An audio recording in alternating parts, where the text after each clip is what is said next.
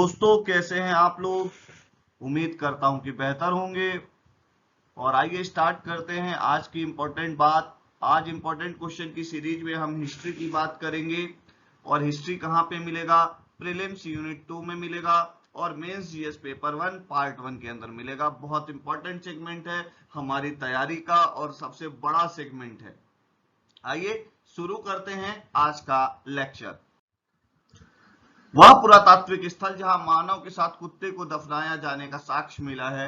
ध्यान रखिएगा 100 साल पूरे हुए हैं इंडस वैली सिविलाइजेशन के, तो वो हमसे पूछा जा सकता है। और वो जगह कहाँ है? बुर्ज होम। वह पुरातात्विक स्थल आर्कियोलॉजिकल साइट जहां ह्यूमन के साथ जो है वो कुत्तों को, डॉग्स को क्या है, दफनाने का क्या मिला है? साक्ष्य मिला है। क्लियर हो गई बात? तो वो जगह कौन सी है? बुर्ज होम। क्लियर।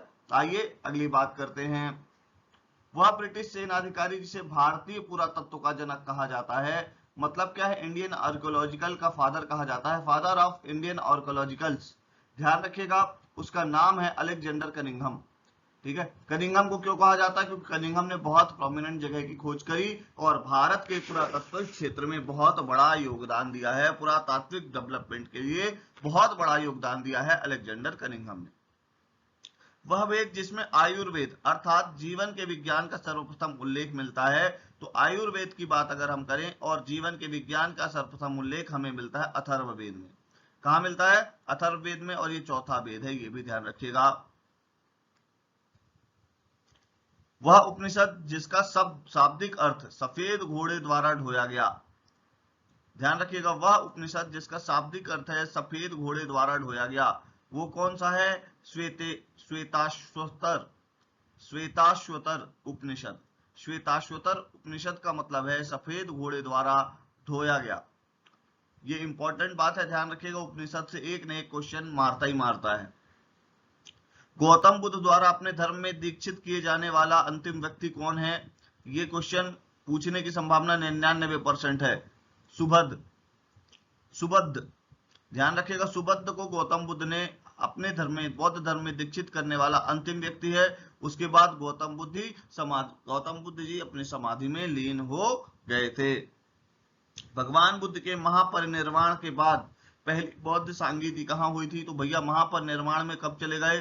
सुबुद्ध को दीक्षा देने के बाद महापरिनिर्वाण के बाद पहली बौद्ध सांगीति कहाँ हुई? राजगृह में। जरा मुझे कमेंट बॉक्स में बताइए, जो राजगृह में बौद्ध सांगीति हुई है उसका अध्यक्ष कौन था? ईस्ट इंडिया कंपनी द्वारा कलकत्ता में स्थापित उच्च न्यायालय के प्रथम मुख्य न्यायाधीश कौन थे?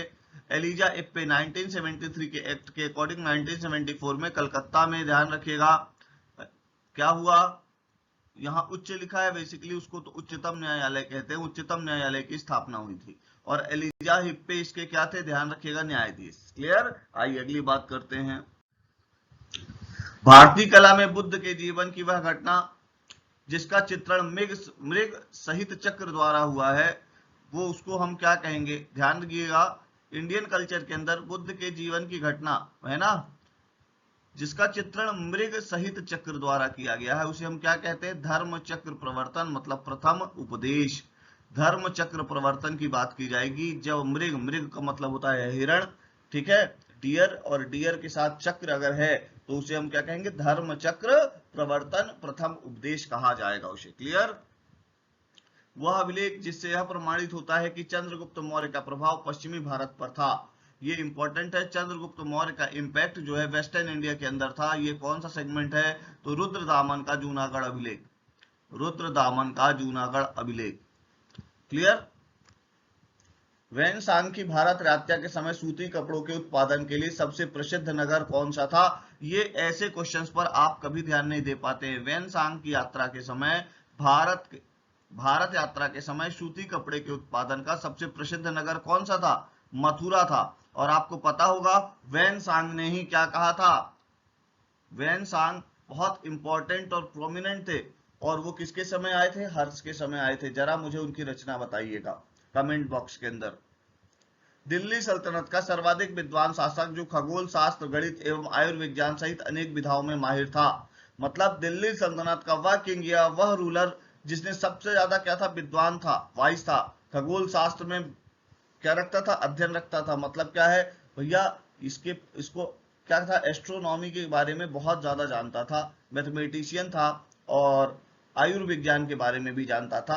वो था एमबीटी मोहम्मद बिन तुगलक, एक होशियार और ज्यादा होशियार आदमी, जिसे लोग मूर्ख भी कहते थे एक तरीके से देखे तो। वो लंपट मूर्ख पे मत जाइएगा, पर इसको ये कहते थे कि लोगों को इससे और इसको लोगों से मुक्ति मिल गई, एमबीटी। अगली बात, वह युद्ध जिससे राणा सांगा ने इब्राहिम लोदी को परास्त किया। आप लोगों को पता नहीं होगा ये युद्ध, सामान्यतः आप पढ़ते नहीं हैं। खतौली का युद्ध है।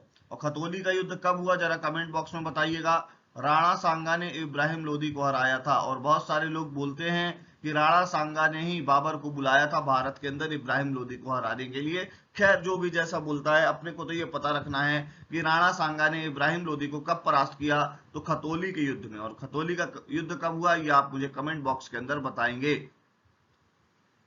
अकबर द्वारा दीवान का पूर्ण दर्जा प्राप्त करने वाला प्रथम व्यक्ति मुजफ्फर खां तुर्बख्ती था। कौन था भैया, जो अकबर के द्वारा दीवान का पूर्ण रूप से दर्जा प्राप्त हुआ था, वो व्यक्ति कौन है, मुजफ्फर खां तुर्बती।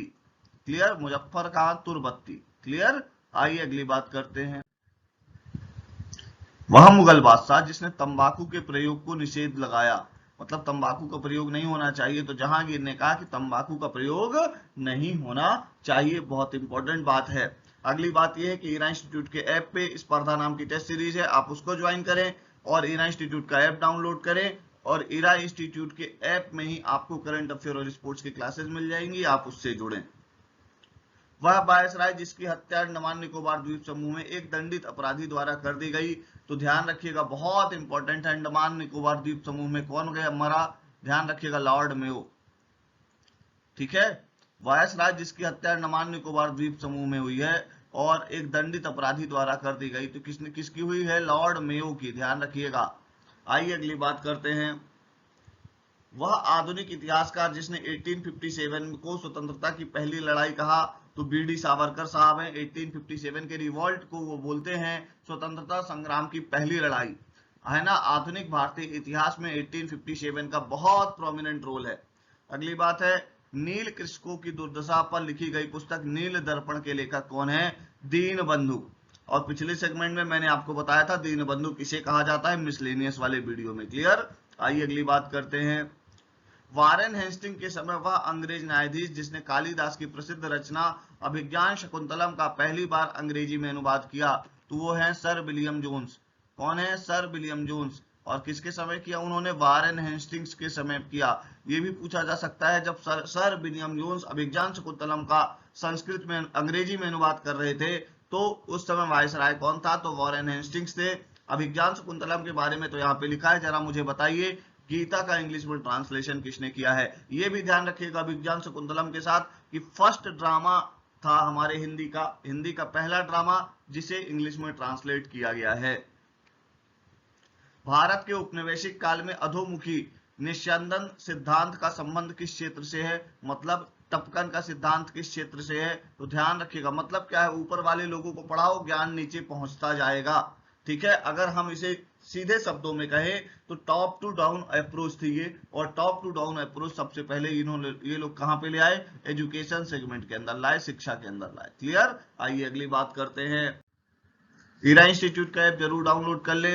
वह प्रख्यात समाज सुधारक जिसने ज्ञान योग, कर्म योग तथा राजयोग नामक पुस्तकें लिखी, बहुत इंपॉर्टेंट है, ज्ञान योग, कर्म योग और राजयोग नामक पुस्तक किसने लिखी, स्वामी विवेकानंद ने। स्वामी विवेकानंद की दो पत्रिकाएं भी आती थी जो आपको कहीं बुक पर नहीं मिलेंगी, वो मैं आपको बता रहा हूं यहाँ पे, प्रबुद्ध भारत और उद्गात। ठीक है, और प्रबुद्ध भारत इंग्लिश में थी और उद्गात जो है वो बांग्ला में थी, और स्वामी विवेकानंद की ही क्या थी, मैगजीन्स थी। अगली बात, बाल विवाह प्रथा को नियंत्रित करने हेतु 1872 के सिविल मैरिज एक्ट ने लड़कियों की न्यूनतम आयु क्या कर दी, शादी की। ध्यान रखिएगा, सिविल मैरिज एक्ट के अंदर 14 ईयर कर दी गई थी। क्लियर। आइए अगली बात करते हैं। वह स्थान जहां अखिल भारतीय किसान सभा का पहला अधिवेशन हुआ, फर्स्ट समिट ऑफ नेशनल किसान यूनियन। ठीक है, तो ध्यान रखिएगा, नेशनल फार्मर यूनियन की फर्स्ट जो है समिट कहां हुई थी, तो लखनऊ के अंदर हुई थी, अखिल भारतीय किसान सभा की। जरा मुझे बताइए अखिल भारतीय किसान सभा की स्थापना किसने की, कमेंट बॉक्स के अंदर। बहुत इंपॉर्टेंट बात है। क्रिप्स मिशन के साथ कांग्रेस के आधिकारिक वार्ताकार थे पंडित जवाहरलाल नेहरू और मौलाना आजाद। क्रिप्स मिशन के साथ कांग्रेस के आधिकारिक वार्ताकार, मतलब कांग्रेस की तरफ से ऑफिशियली जिन्होंने डायलॉग कंप्लीट किया वो पंडित जवाहरलाल नेहरू और हमारे पहले शिक्षा मंत्री मौलाना आजाद थे। वह अमेरिकी पत्रकार जो महात्मा गांधी के भारत छोड़ो आंदोलन के दौरान उनके साथ था। ये क्वेश्चन बहुत अच्छा है और बहुत इंपॉर्टेंट है। भारत छोड़ो आंदोलन के साथ लुई फिशर था। कौन था? Louis Fischer. और ये अमेरिकी पत्रकार थे, ध्यान रखिएगा। लुई जो है, जब भारत छोड़ो आंदोलन चल रहा था, क्विट इंडिया मूवमेंट चल रहा था, तब लुई फिशर हमारे महात्मा गांधी जी के साथ थे। भारतीय स्वतंत्रता संघर्ष के दौरान द फ्रीडम इंडियन लीजन नामक सेना किसने बनाई? सुभाष चंद्र बोस ने बनाई, 1941 के अंदर बनाई, ध्यान रखिएगा, द फ्री इंडियन लीजन। और ये आपको सामान्यतः देखने में नहीं मिलती, the free Indian legion. Clear हो गई बात? ये था हिस्ट्री का सेगमेंट। लाइक करते रहिए, सब्सक्राइब करते रहिए, शेयर करते रहिए, इरा इंस्टीट्यूट के ऐप को डाउनलोड करिए। Thank you.